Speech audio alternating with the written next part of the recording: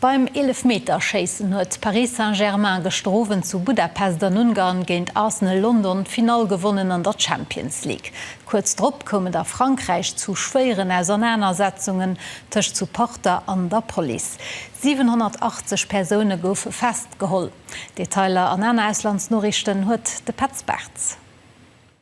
Et Dieft ein Thesenthema ginn fir Verhalensforscher. An engem Stadion 1500 km Luftlin vu Paris goufet eng Fraseich Victoire kurz trop Sympathisante vu Gné der Ekipp zu Paris an 71 andere stiet alles Futti geschlo, Feier gelöscht a Geschäfter vandalisiert.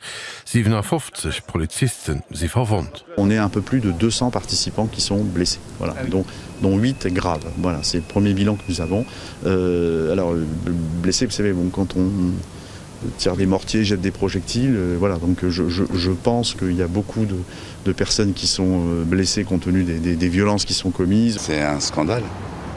C'est malheureux à voir. Parce que lundi matin, quand on va ouvrir les boutiques, ils ne pourront pas travailler, les gens. Grâce à des gens qui font n'importe quoi, des jeunes qui sont là que pour casser. Zu London hunn dann haut d'Arsenal-Fans manéierlich gefeiert. Ihre Ekipp huet sich wohl gestern eng Gleichspiel am 11-Meter-Schießen misse geschlo gin. Mei et huet den Titel vun der Premier League an der Tasch fir d'échte Keier 22 Joer.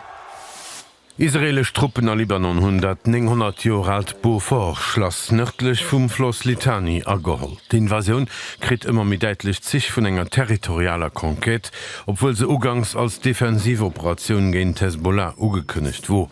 Die Ruine vom Schloss goufe bei der letzten illegaler Besatzung von 1982 bis 2000 schon vom israelischen Militär gehaltener besat. Korrespondenten noget deutlich, dass Israel so konsequent wie möglich der Hezbollah-Miliz schädigen ihre zu engem Makor kënntech den USA an Iran, den och hirem Aggressionskrieg geif en einsetzen. Biswell sind unter dem 2. März 3371 Aufwohner Libanon d'Liewe kom.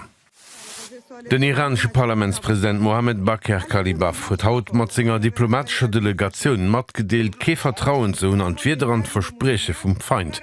Teheran géif och kener Kor fir eng Waffero agon, an dem net explizit d'Rechter vum iranische Volk respektéiert géfen.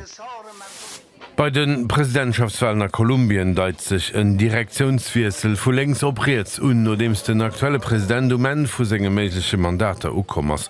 Gut Aussichten het Observateuren no den Abelardo de la Espriella en kandidéiert man versprechen Bandekriminalität am Drogemilieu an de Griff ze kreen. Op den 21. Juni ass de Ballotage ugesat.